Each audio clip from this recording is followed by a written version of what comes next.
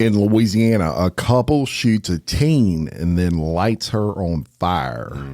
In Kentucky, the top player on the PGA Tour, Scottie Scheffler, is arrested for assaulting a police officer. And a 20-year-old college student murders a high school senior just days from graduation in a high-speed accident.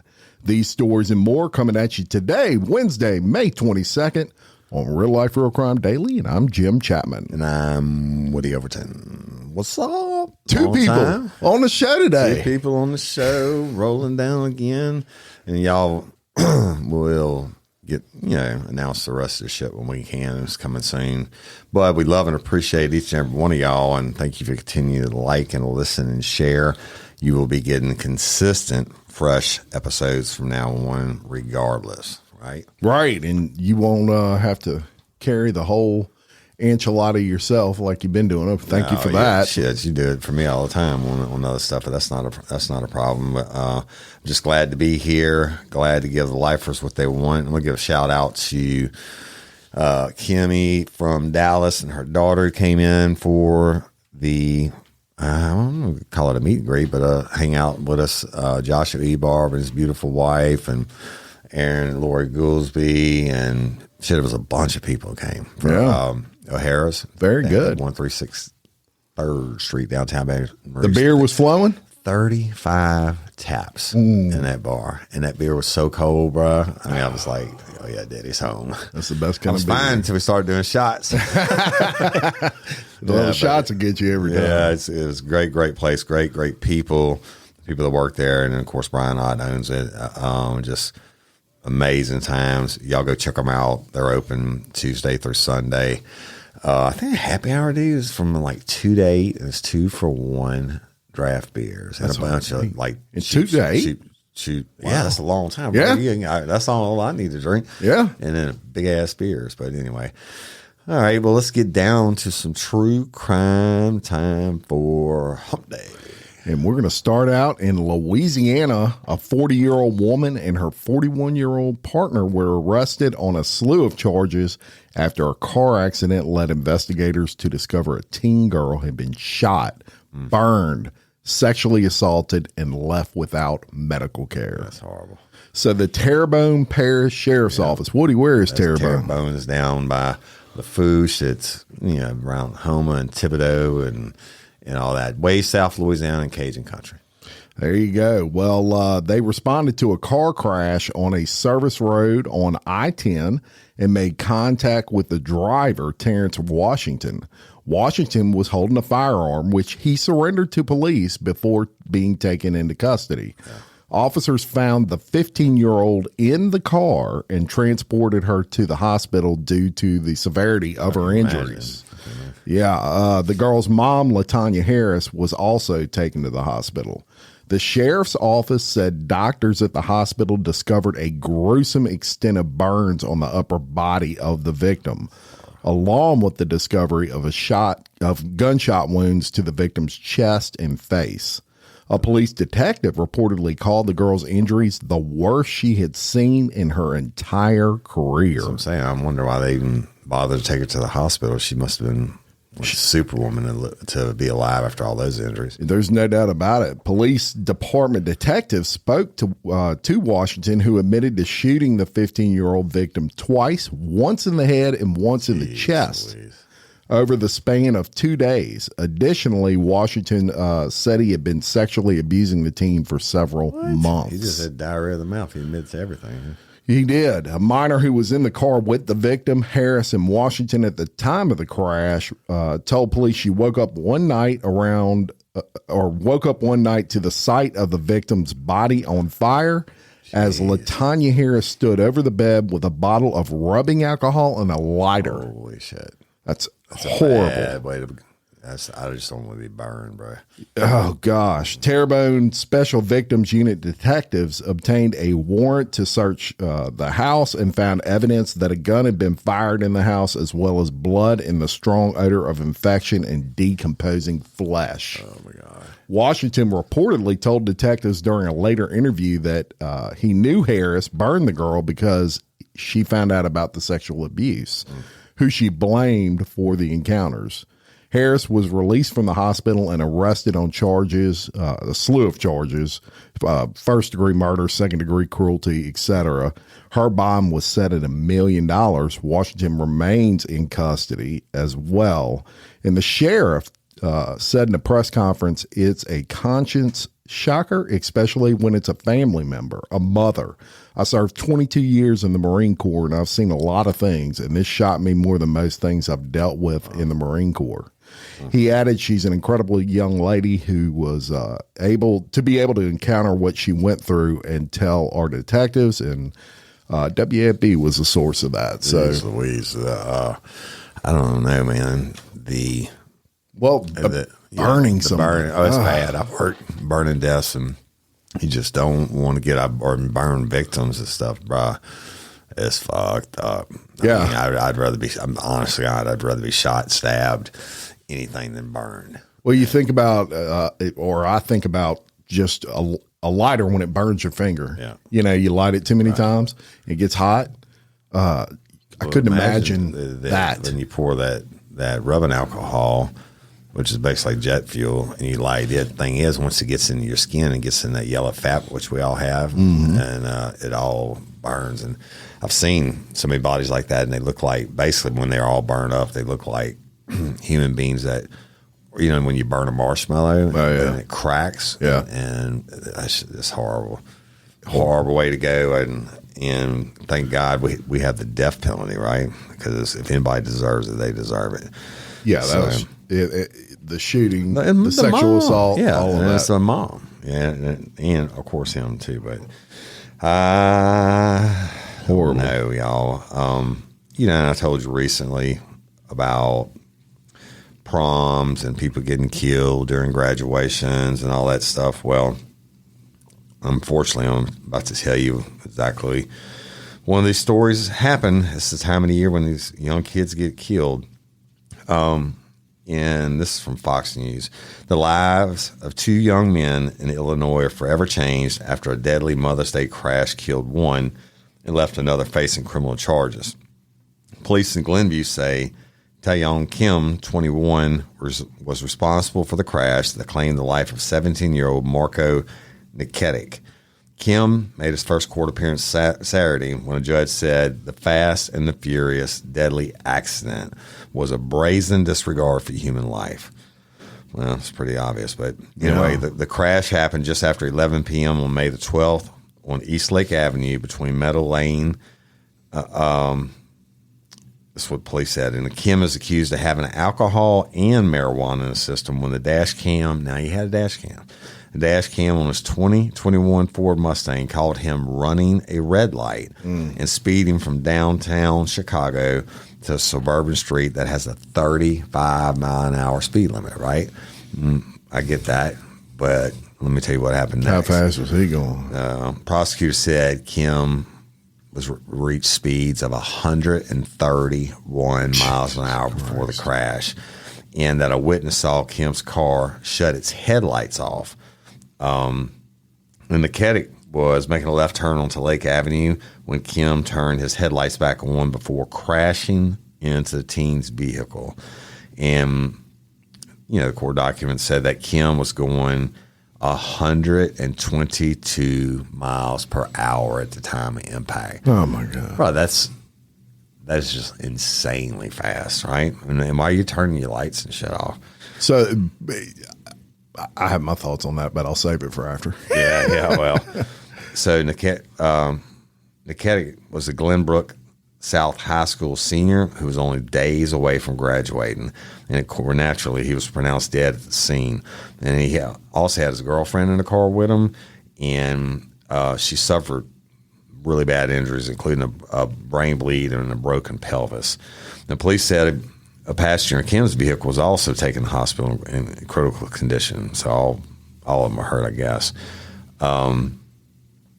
You know, that one of the statements about him said he's one of those people you meet and he's glowing, the most genuine human ever, as Preston Shute told NBC in Chicago. He had a lot of stuff ahead of him. I can't really process it. And Kim's attorney spoke outside of court Saturday alongside what appeared to be devastated parents. He's blaming a lot on himself. As a father, maybe a lack of supervision, Lori said, talking about Kim's dad.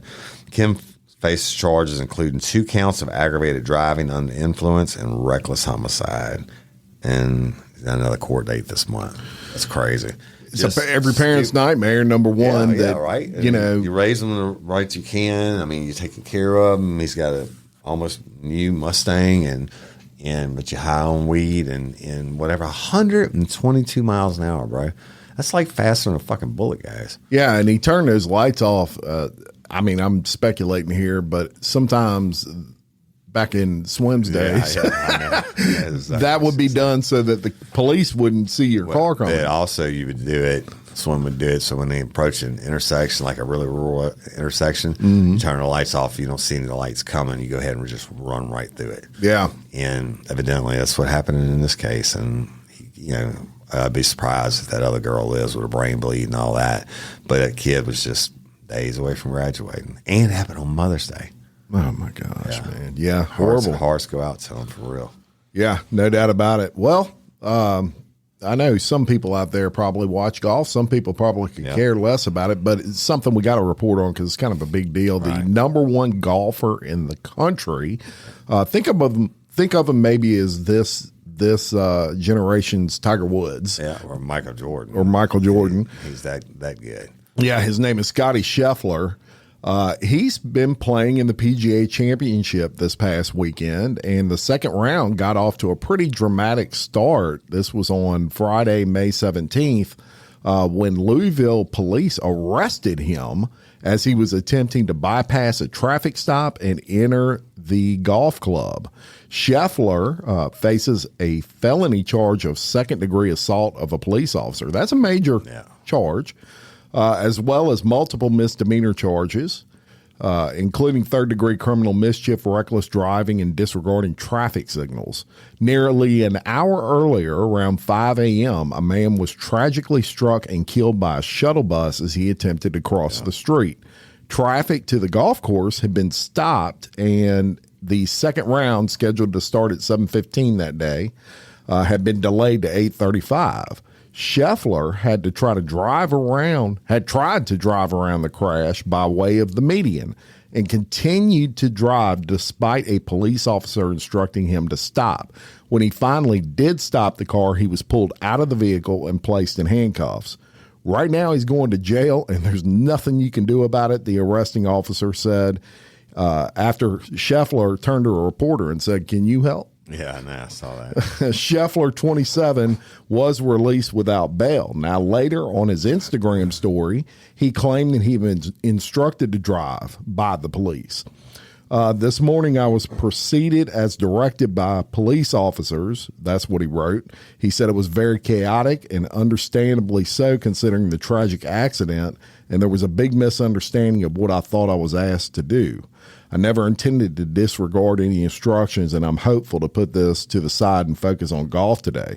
The golfer's lawyer chalked up the incident to miscommunication, saying that the officer who attempted to stop Scheffler was not part of the regular traffic detail at the golf club. They are allowed to go through. That's why they have the credential and the wave through. He was unaware that there had been a wreck and proceeded like they had been instructed to.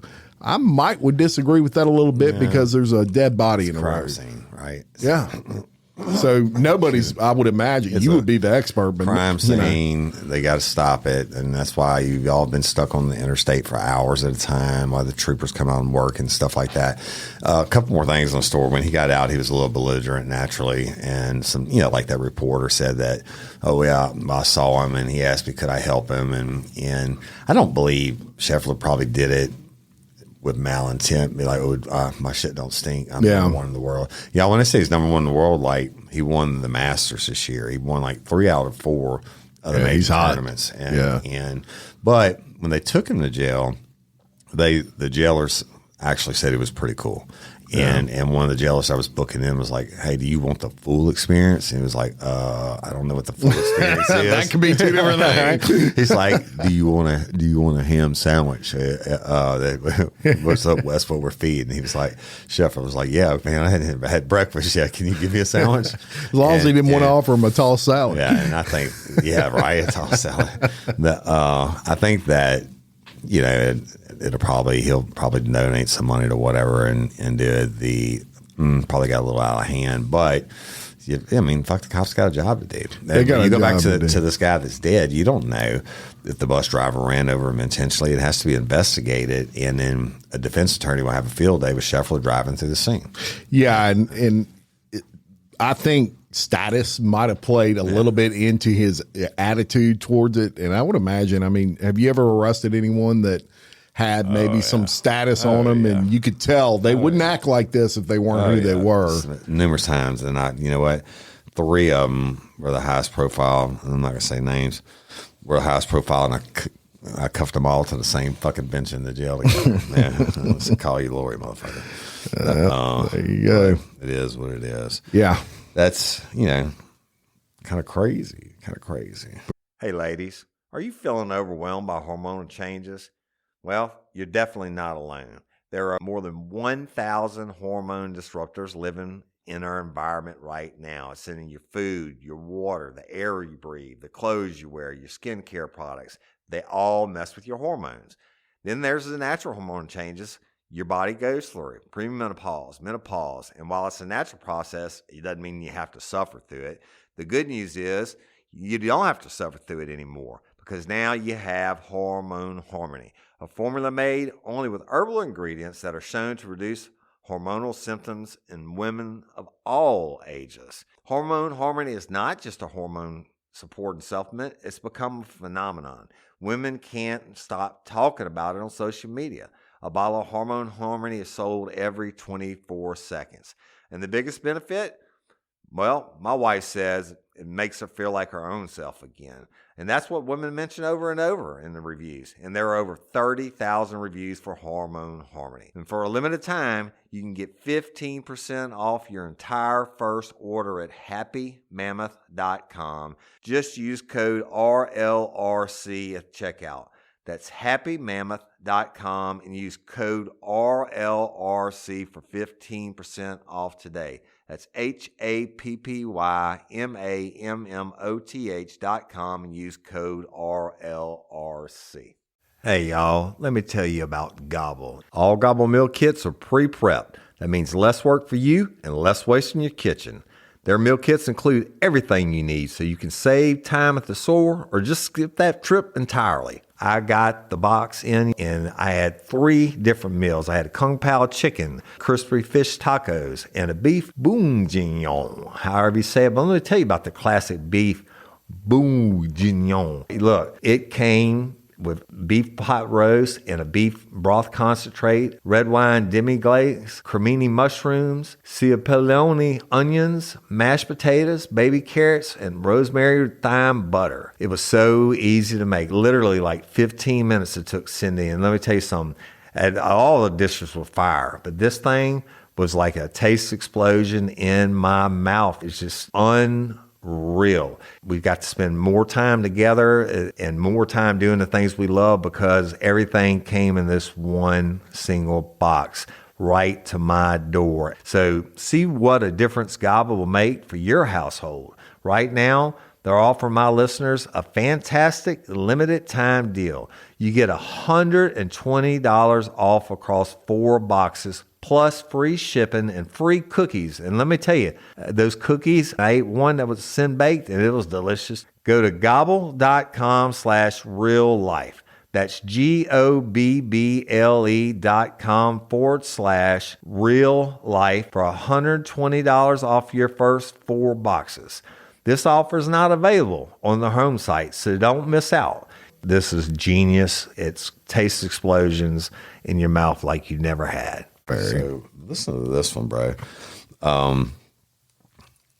The Clark College, and I'm not exactly it's in Washington State. So, and they have a man there is accused of stabbing a woman in her neck. And they finally tracked him down and arrested him. This happened last week. His name is Salvador Aguilera. He was 31 years old, and he was arrested Thursday morning, charged with first-degree assault and motor vehicle theft, as according to Fox News. The detectives followed a lead to a residential property and found Aguilar sleeping in a car.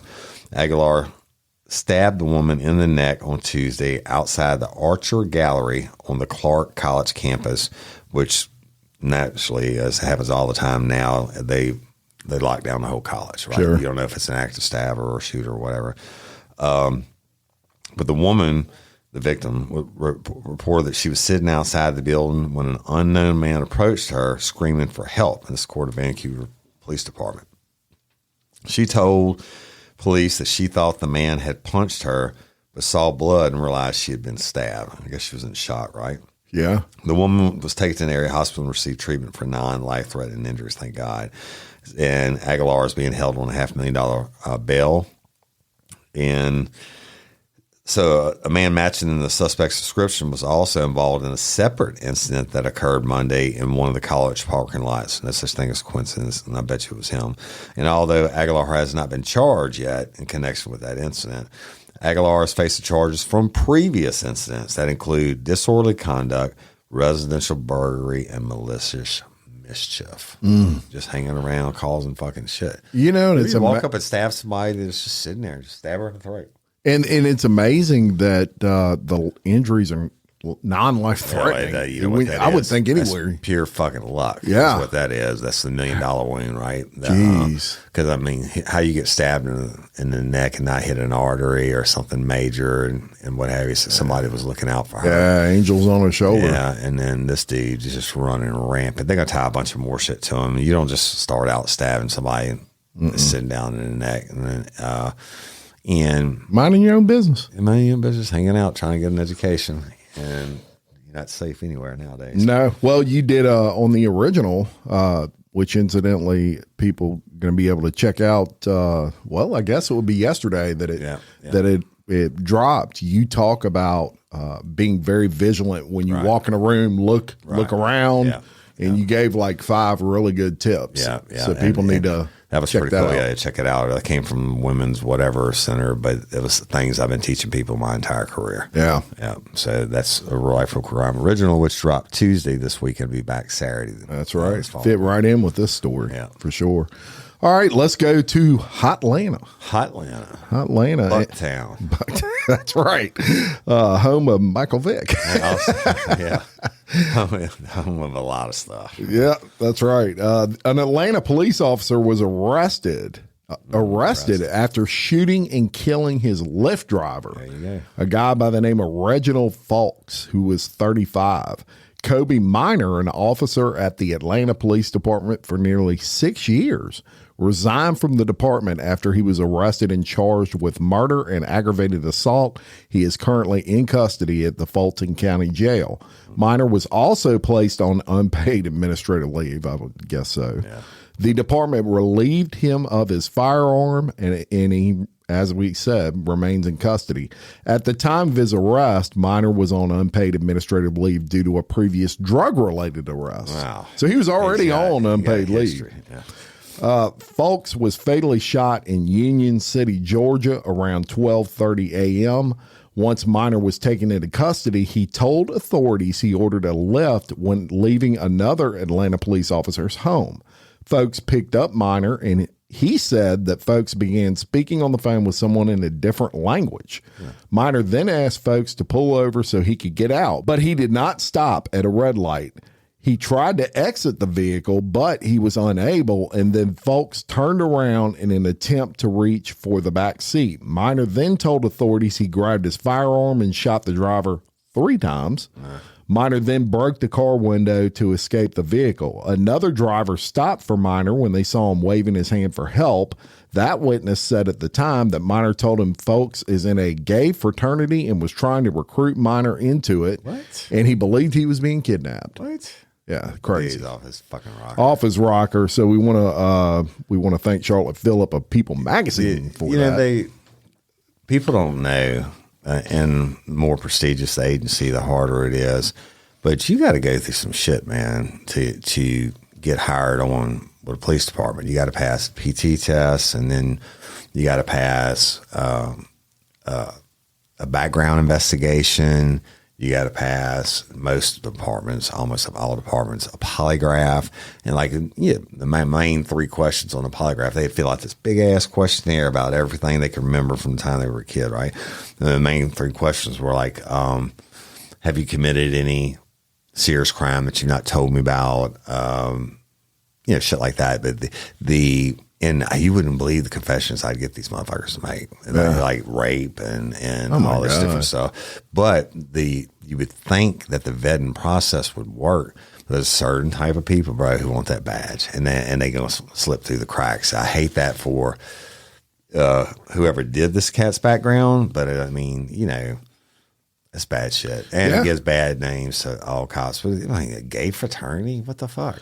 Yeah, what were you tripping on? You ate some shrooms or something? What the fuck? Yeah. And you're going to shoot him 3 times? Those lists got cameras in them too. Yep. And so it's going to come out, and this dude is fucked. And he was 6 years on the force. Yeah. That kind of stood out to me. I was surprised that he had that much time and most of the time, shit like that. When you're on the force that long, you're going to fuck up if you slip through the cracks or whatever, and you're going to be one of those guys that gets in trouble. And a lot of times they don't even tell the public about it. Right. Naturally, they don't want the black eye and all that.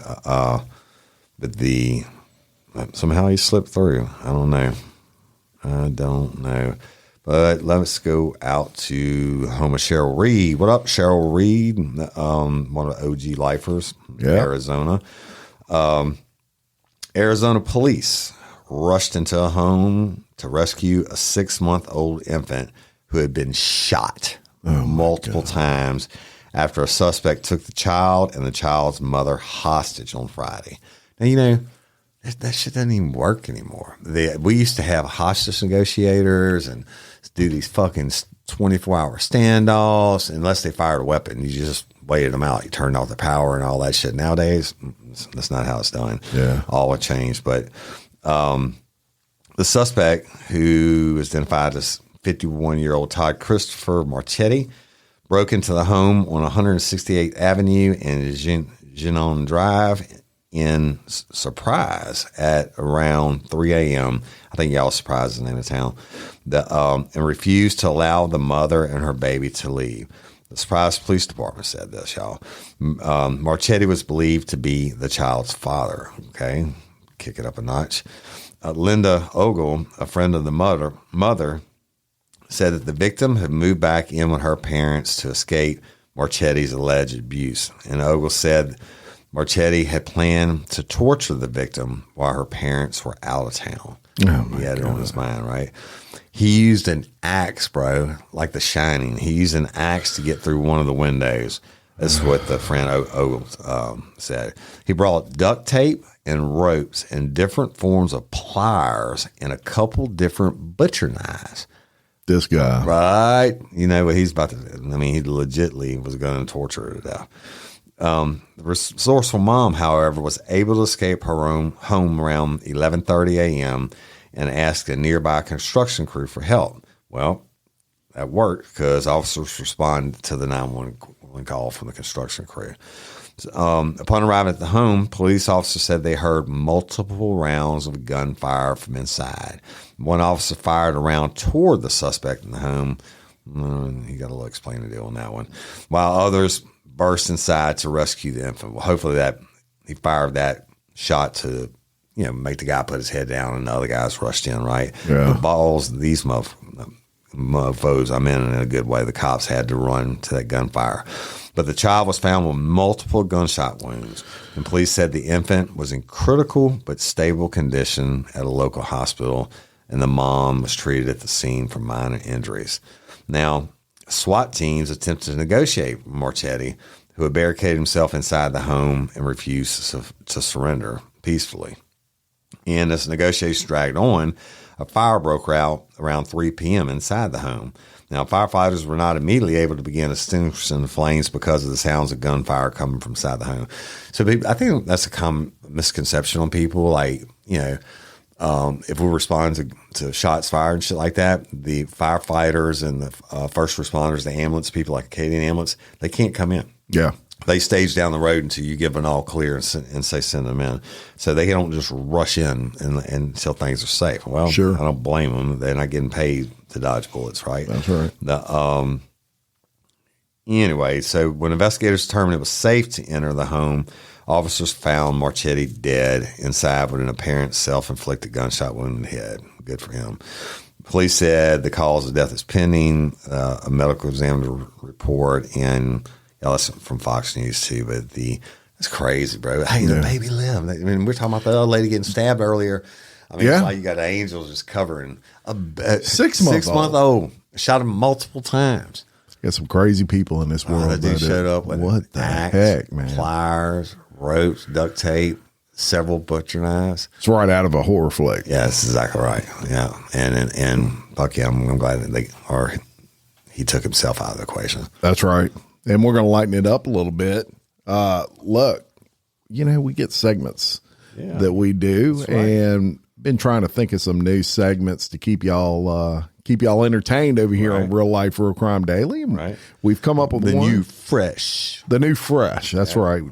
Got to keep it fresh. And there's one that we've come up with, and we're going to call this According to the Affidavit. According to the Affidavit. And we'll have to get some music for this one. So it's so new. But what you're going to be hearing here is these are more the comical side of crime, even though the crime itself may not be that comical. Sometimes things that happen in it are.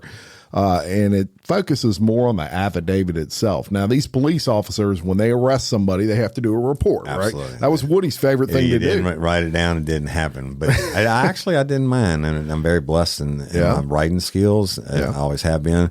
But the pen is mightier than the sword, and that's where you really put a fucking toe. Yeah. But most times you don't have to because they're in the wrong anyway. Well, we're going to tell you about one today. But real quick, so y'all understand, if I arrested Jim right now for whatever, and I take him to the jail, before I can turn him loose in the jail, I have to write a sworn affidavit, which states why this is what I would judge sign the warrant. I have to write a sworn affidavit which states why I arrested him, which I observed him breaking whatever law, whatever it may be, or he had a warrant, whatever. But that affidavit goes in, and at the end of the shift, the judges sign it. Yeah, and then they can challenge it on motion to suppress, whatever fuck, but which they always do. But nobody in this country gets arrested without an affidavit. There you go, and they're very detailed. Pen's mightier than the sword. Yeah. Pen is mightier than the sword. So we're going to go into this, and I'm going to give you a little synopsis of it first. An intoxicated motorist was pulled over for driving erratically on an Iowa road. So he provided police with a state ID, and and that state ID had his height and his weight, like you would have. Get ready for this. He was the world's tallest man. World's tallest 8 man, bro. feet What kind of fucking tall. car is he driving? We're going to get into that. This is going to really blow your 8 mind. 8 feet tall, bro. I'm 6'2". So now shrunk some 6'1.5". But that dude is 8 feet tall. I mean, he's taller than Shaquille O'Neal and everybody. Yeah.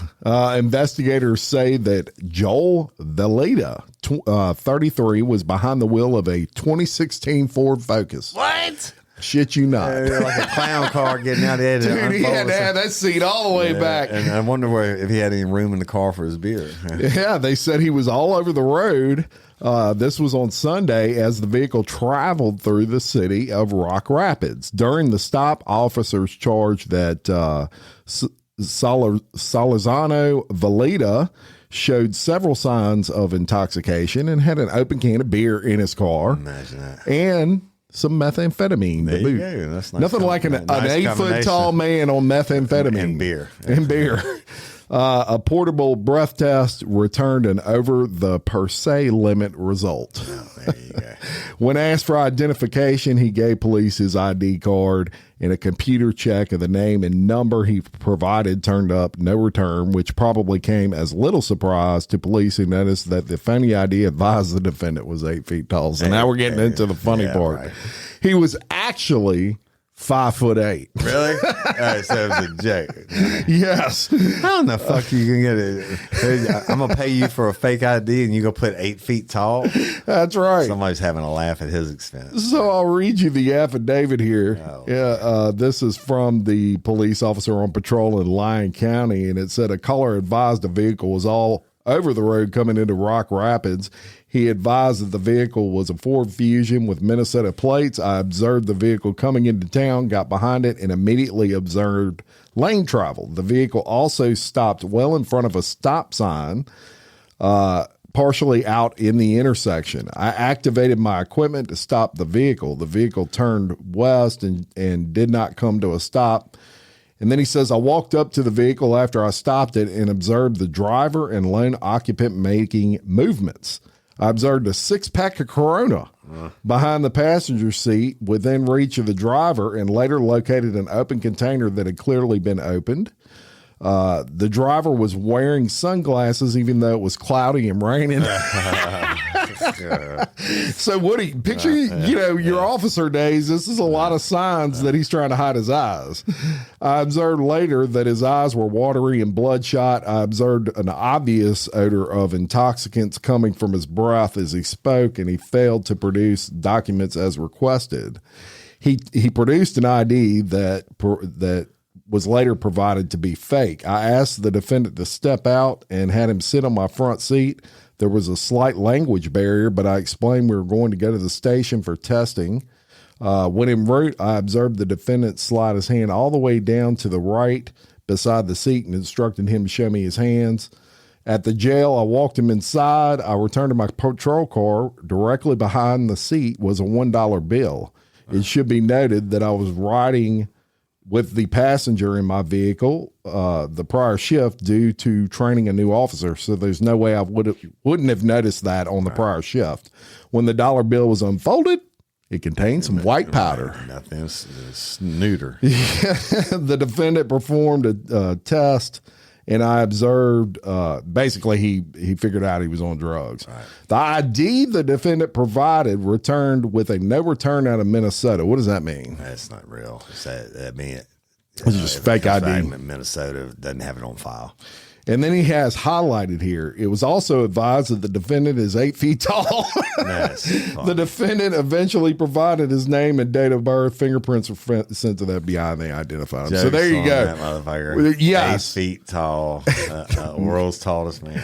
So the moral of that story is, if you're going to get a fake ID, don't list you're 8 feet tall when you're 5'6". Well, I mean, how do you miss that? I think the fake ID guy was messing with him. Absolutely. He was like, that's like those people that get the Chinese tattoos or whatever, and they say, like, really translate to "fuck your mama." It's supposed to be, love, peace, and whatever. Hey, y'all, changing my wardrobe from summer to fall, it's never easy. Luckily, Quince offers timeless and high-quality items I adore, ensuring my wardrobe stays fresh and I don't blow my budget. And there's nothing easier than going to Quince and choosing these high-quality items, like cashmere sweaters from $50, pants for every occasion, washable silk tops, and so much more. The best part? All Quince items are priced 50 to 80% less than similar brands. By partnering directly with top factories, Quince cuts out the cost of the middleman and passes the savings on to us. And Quince only works with factories that use safe, ethical, and responsible manufacturing practices and premium fabrics and finishes, and I love that. I got the stainless steel Link Apple Watch band for $59.90. It's heavy duty, it's awesome, and it's like $100 less than I could find anywhere else. And I also got a 100% organic cotton fisherman quarter zip up sweater. The color is alabaster. Man, I can't wait to wear that this fall. And Cindy got the Mongolian cashmere boat neck sweater in heather gray. And I'm telling you, these are classic pieces at a fraction of the price. Make switching seasons a breeze with Quince's high-quality closet essentials. Go to quince.com/RLRC for free shipping on your order and 365-day returns. That's QUINCE.com/RLRC to get free shipping and 365-day returns. Quince.com/RLRC. You'll thank me later. Spark something uncommon this holiday with just the right gift from Uncommon Goods. The busy holiday season is here, and Uncommon Goods makes it less stressful with incredible hand-picked gifts for everyone on your list, all in one spot. Gifts that spark joy, wonder, delight, and that's exactly what I wanted feeling.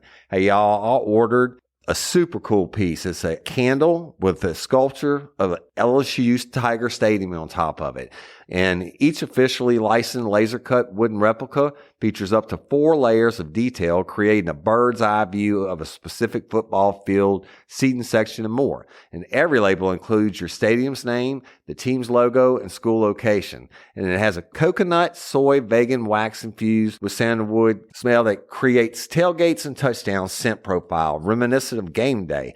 It's invigorating like fresh cut grass and nostalgic like smoke from a pre-game grill, and calming like the crisp autumn air of a new semester on campus. Y'all, I love it. I have it at the base of my TV, and I'm ready to watch the Tigers play on Saturday night, right? Uncommon Goods. Look, when you shop at Uncommon Goods, you're supporting artists and small independent businesses. And many of their handcrafted products are made in small batches. So shop now before they sell out this holiday season. Uncommon Goods looks for products that are high quality, unique, and often handmade or made in the U.S. They have the most meaningful, out of the ordinary gifts anywhere. They even have gifts you can personalize. From holiday hosts and hostess gift to the coolest finds for kids, to hits for everyone from the book lovers to diehard sports fans. Uncommon Goods has something for everyone, not the same old selections you can just find anywhere. And with every purchase you make at Uncommon Goods, they give $1 to a nonprofit partner of your choice. They've donated more than $3 million to date. So to get 15% off your next gift, go to uncommongoods.com/RLRC. That's uncommongoods.com/RLRC for 15% off. Don't miss out on this limited time offer. Uncommon Goods, we're all out of the ordinary. Back to the car thing. So a lot of departments share cars, right? Mm-hmm. So they share units. And we didn't have to do that. We had our own units, but you're supposed to. Every time when the shift change happens, you search because people get arrested and will hide dope and drop dope in the car and stuff like that. Look, one time, I didn't say who it was, I got out to back a guy up who arrested one of my favorite people. And he was like, "Can you go put it in the car for me?" There was part of a crash or something. They were still working it. And I said, "Yeah." And I went back to this car and I lifted up the seat.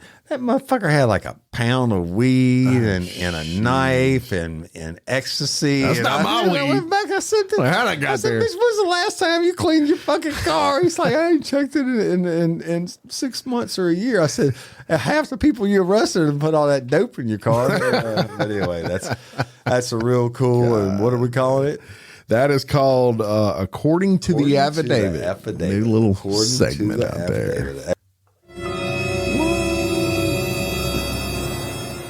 Oh, this day in crime, yes. May 22nd. And y'all, I know you lifers remember this story because it's pretty crazy. Chandra Levy. Yeah, I remember her. Well, on this day, the remains of former Federal Bureau of Prisons intern Chandra Levy are found on May 22nd, 2002, over a year after the 24-year-old was last seen at a health club. So she was working out, right? Mm-hmm. The bone remains discovered by a man walking through Washington, D.C.'s Rock Creek Park were identified through dental records because she'd been down for a minute, I guess. Yeah. A sweatshirt, sneakers, and Sony Walkman cassette player were also found in the vicinity. Now, Levy was a native of Modesto, California, and had been working in Washington as part of her master's degree program at the University of Southern California.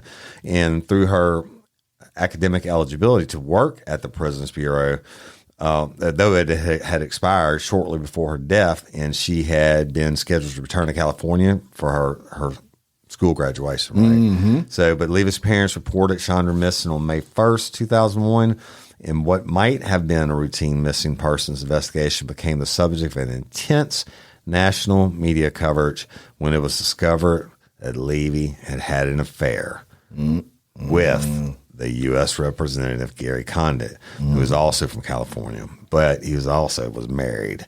And he's a 53-year-old grandfather whose congressional district included Levy's hometown of Modesto.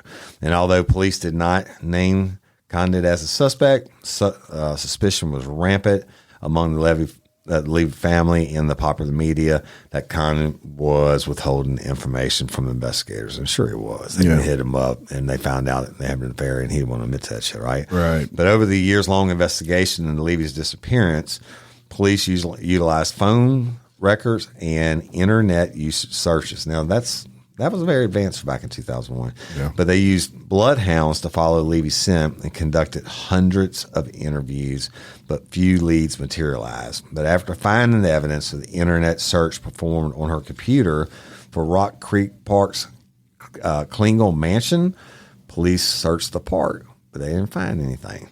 And an autopsy was performed on Levy's remains, and police pronounced her death as a homicide on May the 29th, 2002. In subsequent weeks, police questioned Ingmar Gwandik, who was then serving the prison time for assaults on 2 women in Rock Creek's Park. But they didn't press any charges against them, y'all. And the investigation was reopened in 2006. And in November 2010, Gwandiki was convicted of murdering Levy and sentenced to 60 years in prison. 9 years later. Yeah. Wow. But check this out. What happened to old Gary, right? Yeah. I mean, who had the affair. I mean, he didn't kill her. But Gary Condit lost his congressional reelection bid, failing to win the primary election in March of 2002. And it's the defeat that's widely attributed to his association with the disappearance of Chandra Levy. No doubt about it. And, I remember that case vividly. Yeah. Everybody thought that the congressman did it, right? Yeah. And because of that caveat to that whole situation, that investigation was just everywhere. It goes back to a year. A couple years back prior, when Bill Clinton and Monica Lewinsky, right? No, I did not have sex with that woman. Miss right? Lewinsky. And I did not have sexual relations. But this dude, I mean, I can't imagine, right? Like, I know that.